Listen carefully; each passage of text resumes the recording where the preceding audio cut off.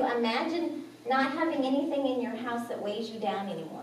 And we can't take it with us. And even if it came from our great-grandparents or, from the Mayflower, we can't take it with us. So are we looking at it every day? Are we treasuring it? Is it something like, oh, it's in that back thing and I'll look at it? But you never actually look at it. You just think you should look at it. And so it just becomes this weight. But by getting rid of all the stuff that's weighing you down, you get the freedom to live, and that gives you energy. And when you want more energy, get rid of your stuff, find a nourishing place to sleep, and get your kitchen so it feels fresh and you have good food in there. And you'll be amazed how much better you feel. And then when you have a neighbor that you feel like they might have too much stuff, you'll think, oh my gosh, they must be Einstein, and then you'll treat them with this reverence of like, because I'm telling you, there's something about, there's a connection to almost a brilliance and a kind heart of the people I've worked with. It's not a bad thing. It's like I'm always like, I feel like a little student of these wonderful people that I just get to help them move these things, but I get to learn from them, and I feel so gifted. So if you find somebody that's not quite what you think, you might find that they're probably more special than you realize. So I think that was, let me see if there's anything else I wanted to chat about. You never know. Let me think.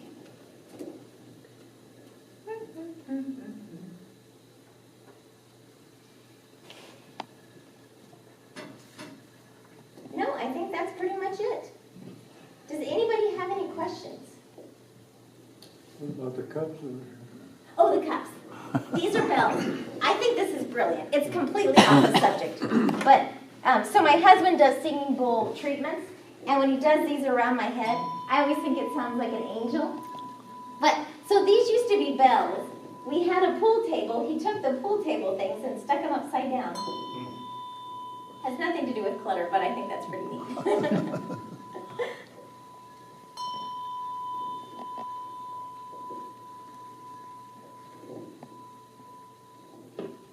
Any other questions? Yes? Denise, how would you start to declutter so that you don't exhaust yourself and find yourself? That's a brilliant, brilliant question. So, did everybody hear that? Sorry. You're such a wild man. So the question was, how do you start when you have like my whole basement, my whole house, my whole garage? How do you start? And that's the best question, because usually what happens, you're like, I'm going to get rid of everything in my basement. Right. That's too much. Right. It's overwhelming. So what I would do is I would start by time and task. First set the intent of I want to clean out this summer or something. Have kind of an idea, an overall idea of what you really want. But then you want to schedule time to actually do it. Because usually we don't give enough ourselves time to actually clean it out. So if you don't give it space to clean it out, nothing will happen. Right. The other thing is if you can round up somebody to help you, many hands make quick work, and it's a lot more fun. So part of what I do is we just have fun together. We're dancing and singing and laughing and being crazy because it's a lot more fun with somebody. The other thing is when you're working in a space, you want to be very specific of what you're working with. So say you have this whole basement. You want to start in an area that makes sense. So maybe the first thing I start with is I get down to the bottom of the stairs. I start with maybe a 5-by area at the bottom of the stairs, and I stick with that area until I clean it. If you're working in an area that you don't feel very comfortable being in, sometimes basements are dang, the attics are cold or something like that, take one box out of there and then bring it and then sort that one box. So when I'm doing cleaning out, what I do is I call it, first thing I do is kind of gather the one box. So I pick my one box and then I sort it. So I put like with like. So if I have papers, I put papers together. If I have knickknacks, I put knickknacks together. So I kind of sort it, because usually those boxes become muddled. There's lots of different things together, and it's hard for your brain to process it. So by kind of sorting it into piles, then you can kind of make sense. So I have one box, and say I give myself 1 hour. Then I work on that one box, and then at the end of the 1 hour, if you have more time, you might do more, but pay attention to your energy level, because what happens is most people take on more than they can chew. So they'll be like, oh, we want to clean out their whole basement, and you haven't been moving boxes in 8 hours, you're not running a slave camp here. You want to do a little bit at a time, so maybe 90 minutes tops. So for the first hour, do the sorting, and then after that, take what you've had and try to let go of anything that you don't find useful, you're not using anymore, that you've had for a long time, that you don't want. Try to donate it, recycle it, minimize how much you throw away. Try to pass it on so it doesn't get thrown away. And then anything you're going to keep, at that point, take it where it belongs.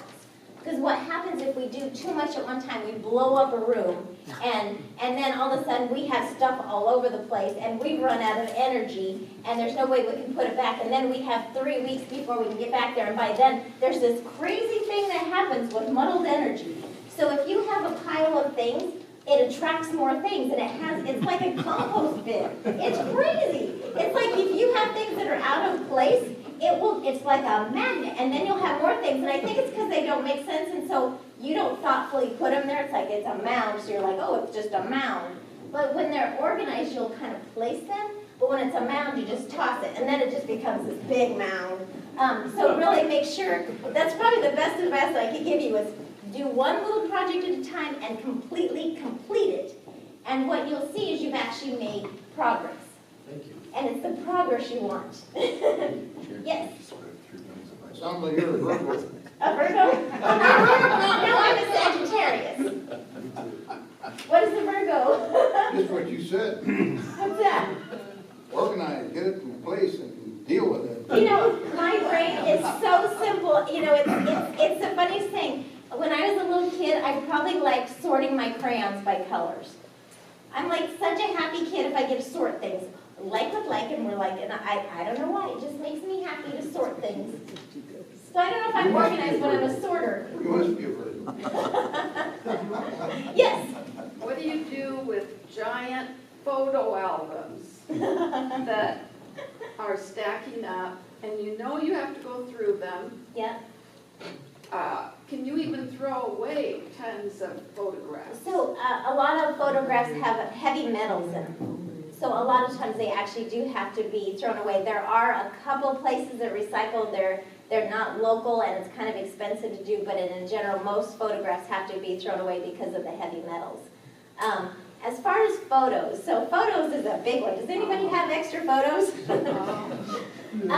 Probably that and memorabilia. So photos, the best thing I can do is take one photo album at a time and decide how much space you want to have for it. I kind of like having like a little file, like a photo box, and by category. That actually makes more sense to how my brain works. Some people like to take it and put it on digital. That's kind of another process, but that way you can share it with the whole family.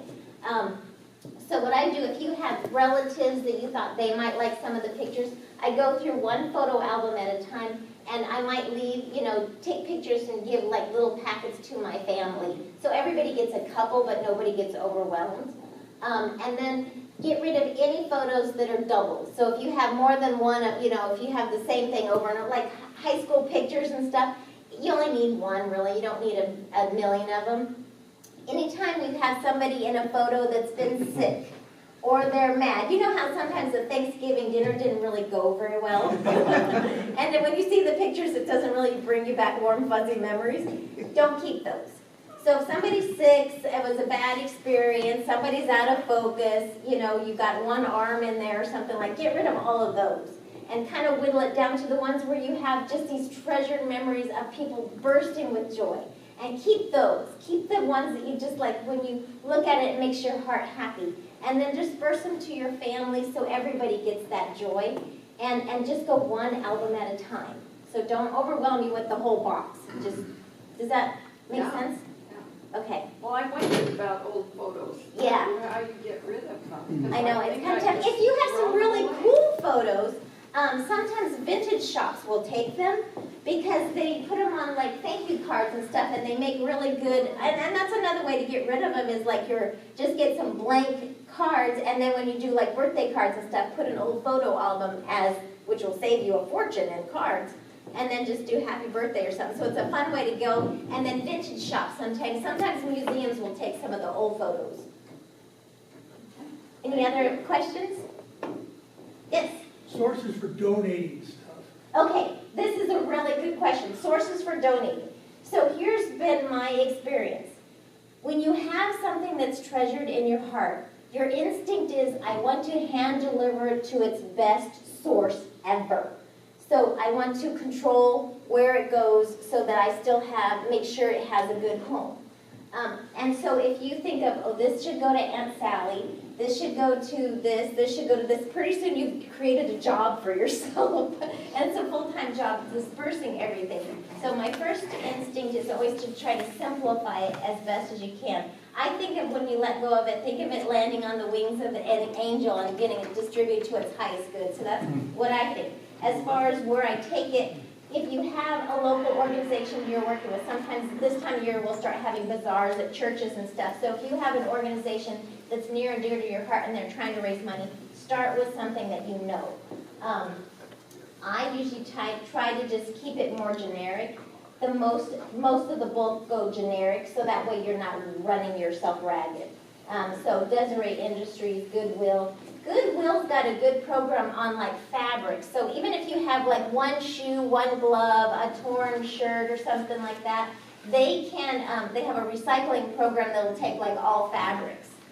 So that's a good one. They'll take TVs and electronics and stuff. So some of those bigger ones will kind of handle those kind of programs. But really try to keep it simple, because otherwise it can turn into a full-time job of just dispersing. And then be really careful too. Like if you run into chemicals, take them to hazardous waste. If you run into recycled, make sure you recycle it. Minimize your trash, and then donate as much as you can. When you say hazardous waste, where do you take it? So I'm in King County, and King County is over at the Super Mall.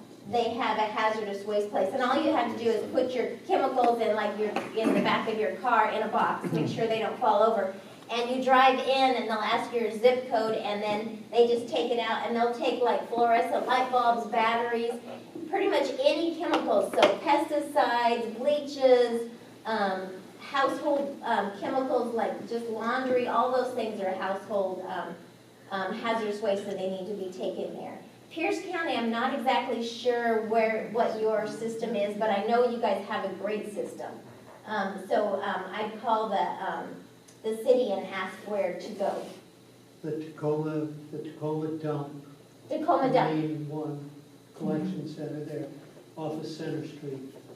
Yeah, Center Right, Street. and they have the hazardous waste collection site Okay. right there at the south end of their whole recycling center. Did everybody hear that? Where to take hazardous waste to? To the Tacoma Dump. They have it on which side, which end of it? Well, it's the main The main, transfer station there off of Center Street. off of Center Street. Center and Orchard. Centered in Orchard Street in Tacoma. I think that in Pierce County, on the way to Graham, There's another On transfer Meridian. station. there's a dump. That's And, 100%. as you enter it, I think they have hazardous waste. Okay. But nobody takes paint. No, if latex paint, you need to dry it out. Fill it up with dirt or. Or cat cat litter will kind of absorb it, yeah. Any other questions? And I know we're kind of running, yes, Briefly, this whole issue of lighting. Yes. Full spectrum lighting. Yes. How that affects the health of the environment. Yes. Specifically on our productivity and, yes. oh, go ahead. Yes, okay, so a couple things he was saying about lighting. So there's full spectrum light bulbs, which are kind of representative as outdoor light. And in the Northwest, having not enough light is absolutely a thing about us keeping our spirits up in the wintertime. So full spectrum light bulbs kind of bring the outside in. Is that what you're kind of referencing? Yeah, I knew this goes back many, many years. A guy by the name of Ori out of Arizona tried to market full spectrum, make money off of it to the government. The government wasn't going to buy on it. Yeah. But what he found is that you can take and use full spectrum lighting on some produce, and it Yeah. actually kills some microbes, I don't know if it kills all of Well, them. there's a lot of science on lighting, like, on lighting, what it does for bacteria and stuff. So there's some really good science coming on and just using lighting to kill viruses and bacteria and stuff. So that part, I'm not sure about full spectrum light bulbs, but I know lighting is getting LEDs. They're starting to give, it's photobiomodulation or something. They're getting some really good science on that. A couple things on lighting though. So if you're in a house and you're feeling low, you don't have a lot of energy, make sure you open up your blinds. Because what happens is when you start getting depressed, you tend to cocoon and you try to go in a little bit.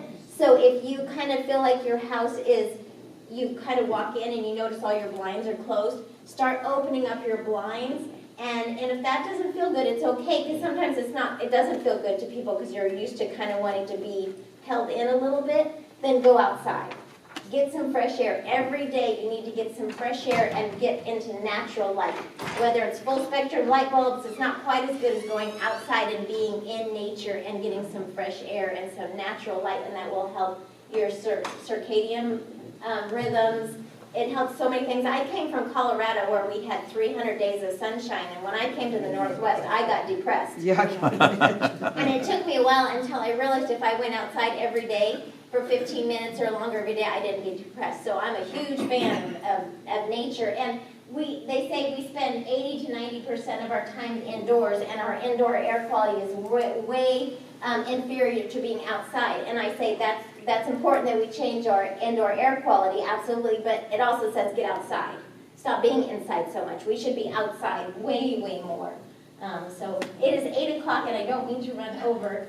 No, I wanted to ask about the air quality. Is there a filter that's good for indoors? So there's a lot of different things. There's this great air exchanger that goes in a basement. So if you have like a tri-level home or a multi-level home and you tend to have a high amount of humidity in the house, you have mold spores, you have poor airflow, you can get an air exchange, and those are amazing for circulating air and keeping good air in the house.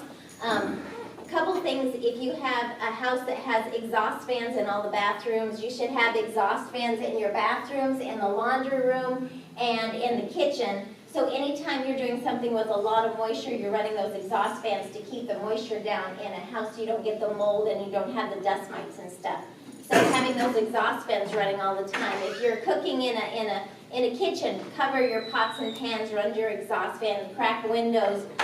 So having good ventilation in a house is the #1 thing for indoor air quality. So by good ventilation, I mean exhaust fans remove toxins in a house, open air brings in fresh air. So we need to breathe. It's the most important thing we do. We can only go a few minutes without air before we die. Same thing with houses. Houses have to breathe. There needs to be fresh air, and there needs to be an exhaust in a house. So making sure your house is exhausting. Any of these things you have questions, you call me. I have a sign-up. I always forget to do this. But I have a sign-up sheet. I have like a little newsletter that goes out once a month. And then I have business cards. So you call me if you have any questions for clutter or chemicals or anything. I just got way too much stuff up there. Yes. Tell us what's happening on the 8th of March. Oh! Spin her way. See, I forget all this stuff. I get all excited. Next week, next Thursday in Federal Way, Washington, for the city of Federal Way, I'll be doing a green cleaning class. All we'll be talking about is green cleaning. It's free. You're all welcome to come. So that's all I'll be talking about. Where's that at? It's in Marlene's Market in Federal Way. What time? It'll be 6:30 to 8. But like I said, if you guys want me to come back and just give you guys a specific class on whatever you want me to talk about on cleaning, I'm more than happy. I'll show you demonstrations. I'll show you how to do it. Because cleaning is not about chemicals. In our society, we like kill flies with a bazooka gun. It's like so overkill. And cleaning is about health, it's about removal, it's about simple, it's a system. There's a system and a science to cleaning. It's not about the chemical. Chemical is only one part of cleaning. It's time, heat, chemical, and agitation is the 4 parts of cleaning. And before you even get to that, you have this massive amounts of prevention you can do before you even have to clean. So it's a science. And all we know is how many chemicals can you use, and that just makes for a poor indoor air quality, and most of the chemicals damage your surfaces, and they need to be repaired, or they get dumped in the landfill, which costs you a lot of money. Yes? Have you tried the dishwasher soap for shampoo?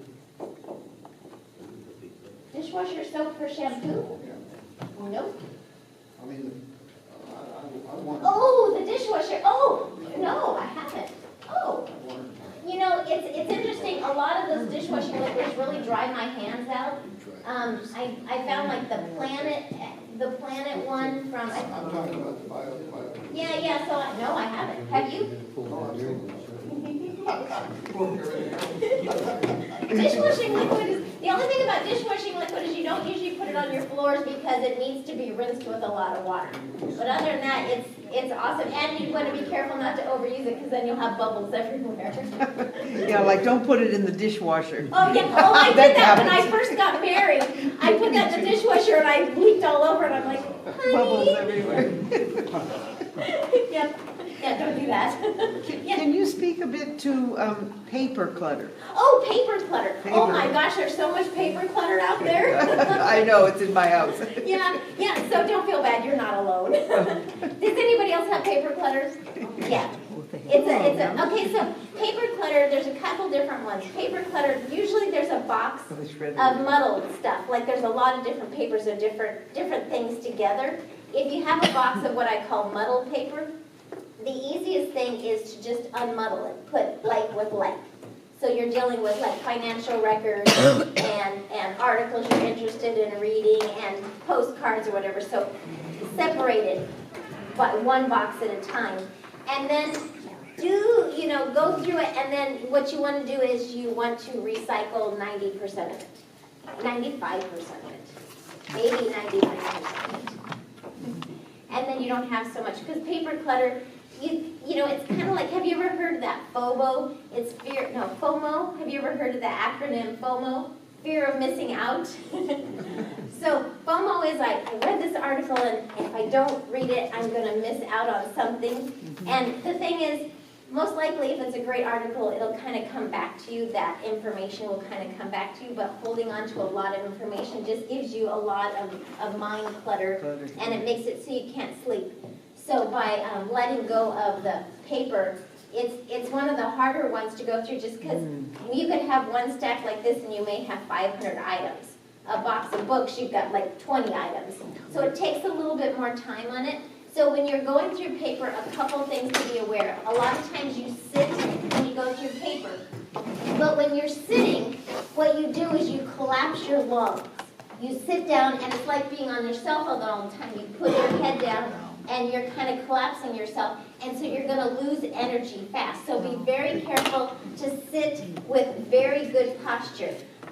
Open up some light, turn on some music. There's nothing better that helps clutter clearing than some good fiddle music. You kind of get the stomping going. We got all kinds of good songs we play. So have a little bit of music. Set your timer.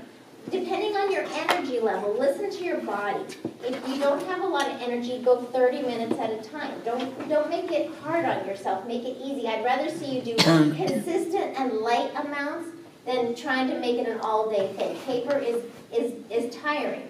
So do small amounts in small little bits at a time. Try to recycle as much as you can. Like I said, unmuddle it and then get rid of as much as you can, and then take it to where it goes when you're done, so you've actually seen accomplishment. But be very careful with your posture. Always be well hydrated when you're doing this clutter clearing, because you get tired and your brain will not think as well when you're dehydrated. So make sure you're very hydrated. I use essential oils, especially rosemary and lemon, when I'm doing paper, because it helps your brain work better.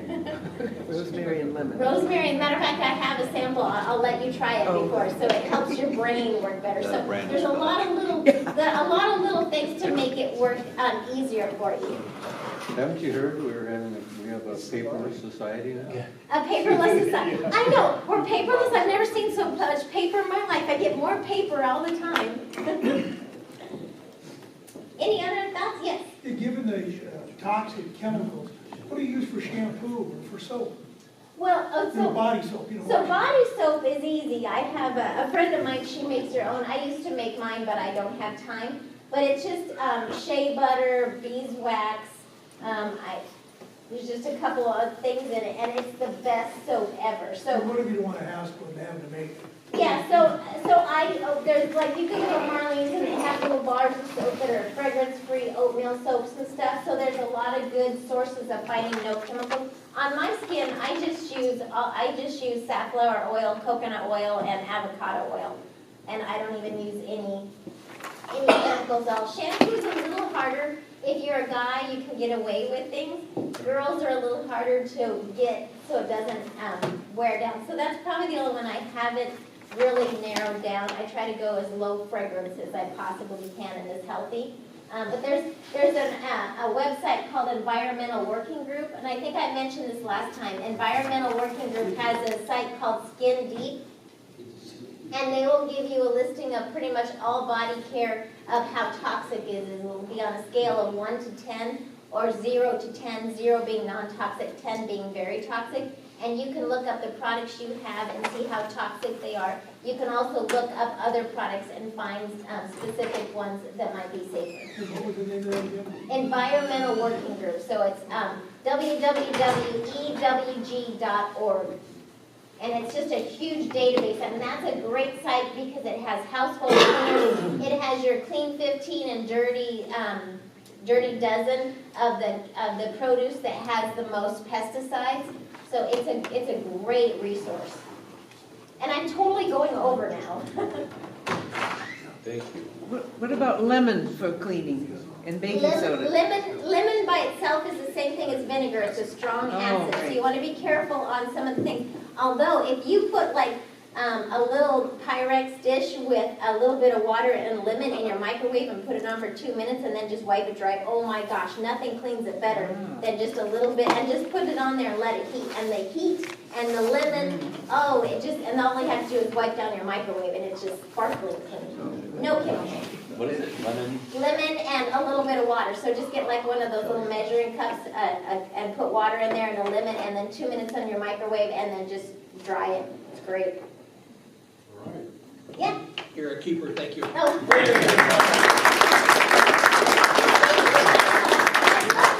I love that you guys do this. I wish everybody could be a part of a group like this. I mean, not the way to get there.